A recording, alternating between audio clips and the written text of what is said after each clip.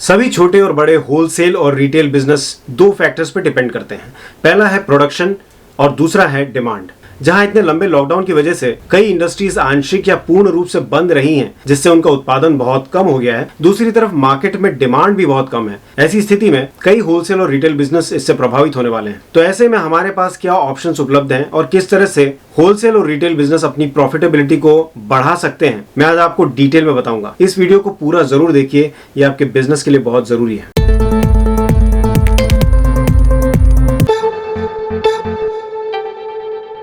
हर industry के उत्पादन को मोटे तौर पर दो कैटेगरीज में डिवाइड किया जा सकता है। पहला है हाई एंड प्रोडक्ट्स, जो कि हाई वैल्यूड कस्टमर्स के लिए प्रोड्यूस किया जाता है, जिनकी प्राइस ज्यादा होती है, जिसमें मार्जिन भी ज्यादा होता है, पर ये बहुत कम पॉपुलेशन को कवर करता है। दूसरी तरफ लो एंड प्रोडक्ट्स, जो कि लो वैल्यूड लो प्राइस वाले प्रोडक्ट्स होते हैं और ये बहुत बड़ी मास को कवर करता है। जब हम एसेंशियल गुड्स की बात करते हैं और ऐसे समय में जबकि मार्केट में डिमांड कम है, उस समय में ये जो लो एंड प्रोडक्ट्स होते हैं, जो लो प्राइस वाले प्रोडक्ट्स होते हैं, उनकी डिमांड मार्केट में ज्यादा होती है। हाई एंड प्रोडक्ट्स को ऐसे समय में सेल करना मुश्किल होता है। इसी आधार पर हम अलग अलग इंडस्ट्रीज में देखेंगे कि हमारे सामने क्या ऑप्शंस उपलब्ध हैं और किस तरह से प्रॉफिटेबिलिटी को हम बढ़ा सकते हैं। Number 1, real estate market. Real estate business में बहुत ही अनरियलिस्टिक प्राइसेस हम लंबे समय से देख रहे थे। अभी कोविड-19 की वजह से जहां कई लोगों के जॉब्स बहुत इनसिक्योर हो गए हैं और दूसरी तरफ बिजनेसेस में भी लोगों को काफी लॉस हुआ है, तो रियल एस्टेट बिजनेस में भी एक शार्प डिक्लाइन देखने को मिलेगा और उससे जुड़े हुए कई होलसेल और रिटेल बिजनेस प्रभावित होंगे, क्योंकि कंस्ट्रक्शन वर्क रुक जाएगा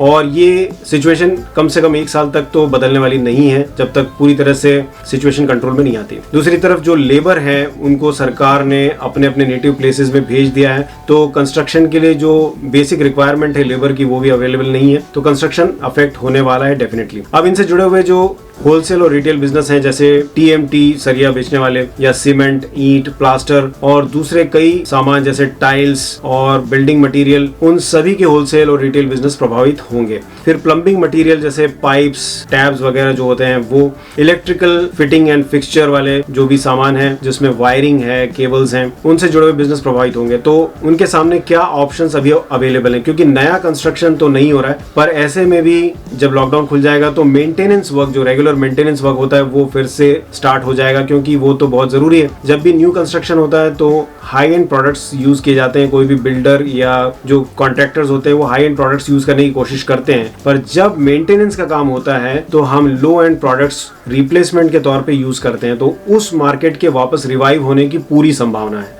तो होलसेलर्स और रिटेलर्स को अभी फोकस करना चाहिए उन लो एंड प्रोडक्ट्स की तरफ, और उसका मार्केट लॉकडाउन ओपन होने के बाद फिर से एक नए शेप में आ जाएगा और फिर से वहां पे आपको एक ग्रोथ देखने को मिलेगी। सो अपना इन्वेस्टमेंट हाई एंड प्रोडक्ट्स से हटा के अपना पूरा focus in low and products पे, जो लो प्राइस लो वैल्यू प्रोडक्ट्स होते हैं, उनकी तरफ शिफ्ट कीजिए। और होलसेलर्स अपना जो इन्वेस्टमेंट है वो इन्हीं प्रोडक्ट्स की तरफ टारगेटेड रखें, ताकि ऐसे प्रोडक्ट्स की इन्वेंट्री खड़ी ना हो जाए जो मार्केट में जिसकी डिमांड ही नहीं है। दूसरा है गारमेंट और फुटवेयर इंडस्ट्री। जैसा कि आप जानते हैं कि अभी सोशल डिस्टेंसिंग की वजह से लोग सोशल गैदरिंग नहीं कर रहे हैं, कोई मीटिंग्स नहीं हो रही है, लोग वेडिंग्स को पोस्टपोन कर रहे हैं और बड़े बड़े जो गैदरिंग्स होते थे वो सारे पोस्टपोन किए जा रहे हैं। तो ऐसे में गारमेंट इंडस्ट्री में भी आपको एक स्लो डाउन देखने को मिलेगा।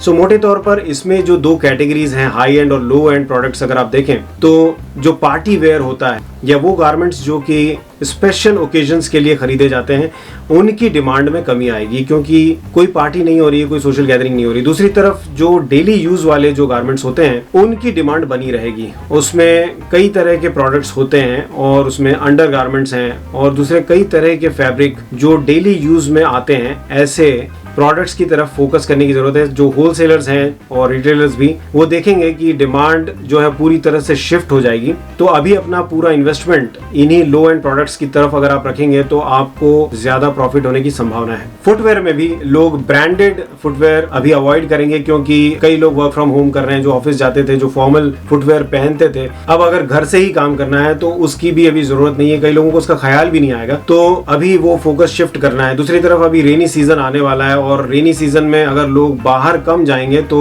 जो इससे रिलेटेड जो भी मटेरियल था, फुटवेयर हुआ या फिर रेनकोट वगैरह होते हैं, उनकी भी डिमांड में कमी आ सकती है। तो अभी फोकस को शिफ्ट करना है ऐसे गारमेंट्स की तरफ जिनकी डेली लाइफ में ज्यादा जरूरत होती है। इससे आपको बहुत फायदा होगा। तीसरा है FMCG यानी फास्ट मूविंग कंज्यूमर गुड्स। इसमें अगर ध्यान से देखें तो कई प्रोडक्ट्स की डिमांड में बहुत भारी कमी आई है, क्योंकि सोशल गैदरिंग्स नहीं हो रही है, लोग घर से बाहर नहीं जा रहे हैं और आगे भी ये सिचुएशन करीब करीब ऐसी ही बनी रहेगी। तो इसकी वजह से डिओडोरेंट, परफ्यूम्स और कई मेकअप से रिलेटेड प्रोडक्ट्स की डिमांड में कमी आई है। दूसरी तरफ सैलून और ब्यूटी पार्लर्स के बंद होने की वजह से भी ब्यूटी प्रोडक्ट्स जो हैं वो कम सेल हो रहे हैं और आगे भी ये सिचुएशन बनी रहेगी। और दूसरी तरफ FMCG में जो फूड रिलेटेड प्रोडक्ट्स हैं, जो एडिबल प्रोडक्ट्स हैं, उनकी डिमांड लगातार बनी हुई है और आगे बढ़ने की पूरी संभावना है। तो इसमें फोकस को शिफ्ट करने की जरूरत है। जो होलसेलर्स हैं, जो रिटेलर्स हैं, वो इन प्रोडक्ट्स की तरफ ज्यादा ध्यान दे सकते हैं और इन प्रोडक्ट्स का स्टॉक बढ़ा सकते हैं। मैन्युफैक्चरर्स को भी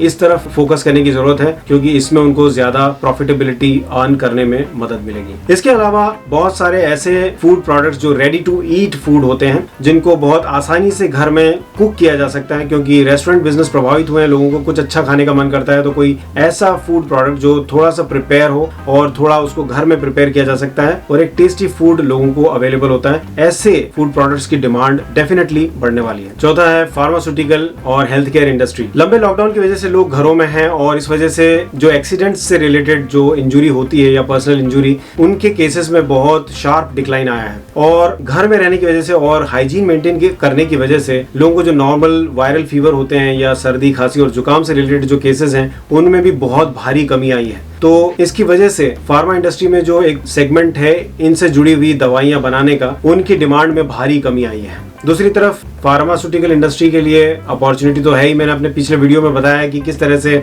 मास्क और सैनिटाइजर्स की डिमांड मार्केट में बढ़ी है। इसके अलावा अभी जिन चीजों की डिमांड बढ़ने वाली है, क्योंकि लोग डॉक्टर का कंसल्टेशन जो है वो घर से ले रहे हैं ऑनलाइन, ऐसे में डॉक्टर्स को कई बेसिक रिपोर्ट्स की जरूरत होती है before they prescribe any medicine. कोई भी दवाई प्रिस्क्राइब करने से पहले उनको कुछ बेसिक जांच करनी होती है, जैसे ब्लड प्रेशर, टेम्परेचर और अगर शुगर है तो इंसुलिन का लेवल नापना होता है। इसके लिए डॉक्टर्स निश्चित रूप से अपने पेशेंट से कहेंगे कि ये पहले आप चेक कर लीजिए, और इसके लिए घर में यूज होने वाले बीपी चेक करने वाली जो मशीन है उनकी डिमांड बढ़ेगी, थर्मोमीटर की डिमांड बढ़ सकती है और इंसुलिन चेक करने के लिए जो छोटी छोटी डिवाइसेस होती हैं उनकी डिमांड बढ़ने वाली है। सो होलसेलर और रिटेलर्स इस पे ध्यान दें, इसका मार्केट अप होने वाला है इस लॉकडाउन के ओपन होने के बाद। इसके अलावा हेल्थ सप्लीमेंट्स और वाइटामिन की भी डिमांड मार्केट में बढ़ने वाली, क्योंकि इनका संबंध इम्यूनिटी से है और लंबे समय से लोग लॉकडाउन में हैं और उनका सन एक्सपोजर बहुत कम हो गया है। इसकी वजह से विटामिन D3 की डिमांड मार्केट में डेफिनेटली बढ़ने वाली है, क्योंकि डॉक्टर भी कई लोगों को ये प्रिस्क्राइब करेंगे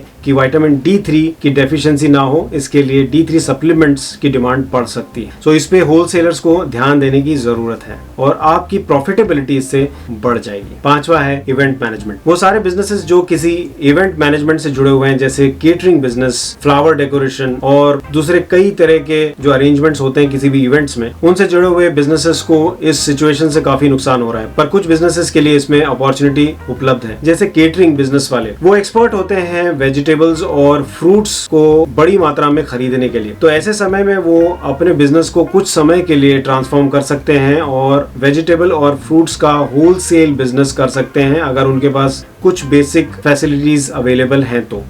क्योंकि आने वाले कम से कम एक साल में कई तरह की इवेंट्स पोस्टपोन होती रहेंगी और कोई खास बड़ी इवेंट्स लोग ज्यादातर अवॉइड करेंगे, तो ऐसे सिचुएशन में उनके सामने ये एक ऑल्टरनेटिव सोल्यूशन है, क्योंकि वो बड़ी मात्रा में सब्जियां और फल लगातार खरीदते थे ऐसी इवेंट्स में केटरिंग करने के लिए, तो वो इसका होलसेल बिजनेस कर सकते हैं। केटर्स अगर वेजिटेबल्स और फ्रूट्स का होलसेल बिजनेस करते हैं, इसके अलावा रिटेल भी वो ट्राई कर सकते हैं अगर ऐसे समय में वो होम डिलीवरी करने में सक्षम है तो। क्योंकि अभी ज्यादातर कंज्यूमर्स फ्रूट्स और वेजिटेबल्स की होम डिलीवरी को बहुत पसंद कर रहे हैं और किसी भी भीड़ भरे इलाके में जाने से बचना चाहते हैं, तो होम डिलीवरी अगर फ्रूट्स और वेजिटेबल्स की कोई कर सकता है तो उनके लिए ये बहुत अच्छा अवसर है। इसके बाद है ज्वेलरी बिजनेस। क्योंकि सोशल गैदरिंग नहीं हो रही है, पार्टीज लोग अवॉइड कर रहे हैं, वेडिंग्स पोस्टपोन हो रही हैं, तो लॉकडाउन खुलने के बाद ये सिचुएशन एक लंबे समय तक चलने वाली है और सोशल डिस्टेंसिंग को मेंटेन करने की वजह से बड़े लार्ज गैदरिंग्स नहीं होने वाले हैं।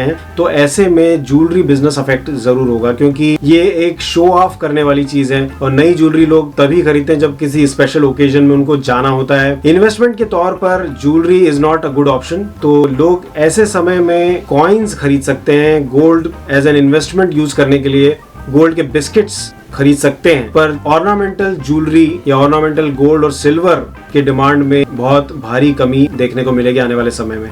तो इस बिजनेस से जुड़े हुए लोगों को अभी फोकस को थोड़ा सा शिफ्ट करने की जरूरत है ताकि उनकी प्रॉफिटेबिलिटी बनी रहे। इसके बाद एक बहुत बड़ा मार्केट है जो सीजनल बिजनेस से रिलेटेड है, सेलिब्रेशन से रिलेटेड। उसके लिए एक बहुत बड़ा अवसर आने वाला है। अगर वैक्सीन आ जाती है कोविड-19 के लिए तब तो बहुत अच्छा है, अगर नहीं भी आती है तो भी, क्योंकि एक लंबे समय का लॉकडाउन लोगों ने देखा है, घरों में लोग बंद रहे हैं और एक बहुत लंबा सैड पीरियड लोगों ने फेस किया है। तो जो सेलिब्रेशन का समय आएगा, नवरात्रि, दशहरा, दिवाली और क्रिसमस, उस समय पे लोग खुल के सेलिब्रेट करना चाहेंगे। भले ही वो सोशल डिस्टेंसिंग को मेंटेन करेंगे पर फिर भी वो अपने परिवारों के साथ सेलिब्रेट करना जरूर पसंद करेंगे। तो उस समय जो सीजनल मार्केट है लाइटिंग और डेकोरेशन से रिलेटेड और फायरवर्क से रिलेटेड, उसके लिए एक अपॉर्चुनिटी डेफिनेटली खड़ी हो जाएगी। और उसी समय जो स्मॉल रिटेलर्स हैं, जो छोटे रिटेल बिजनेसेस हैं, उनके लिए भी, जो गारमेंट से जुड़े हुए हैं या फुटवेयर से जुड़े हुए हैं, बड़े शोरूम्स के लिए ये अपॉर्चुनिटी शायद ना खुल पाए, क्योंकि जो सोफिस्टिकेटेड कस्टमर्स हैं वो इन चीजों में ज्यादा सावधानी रखेंगे। पर आपने देखा होगा कि जैसे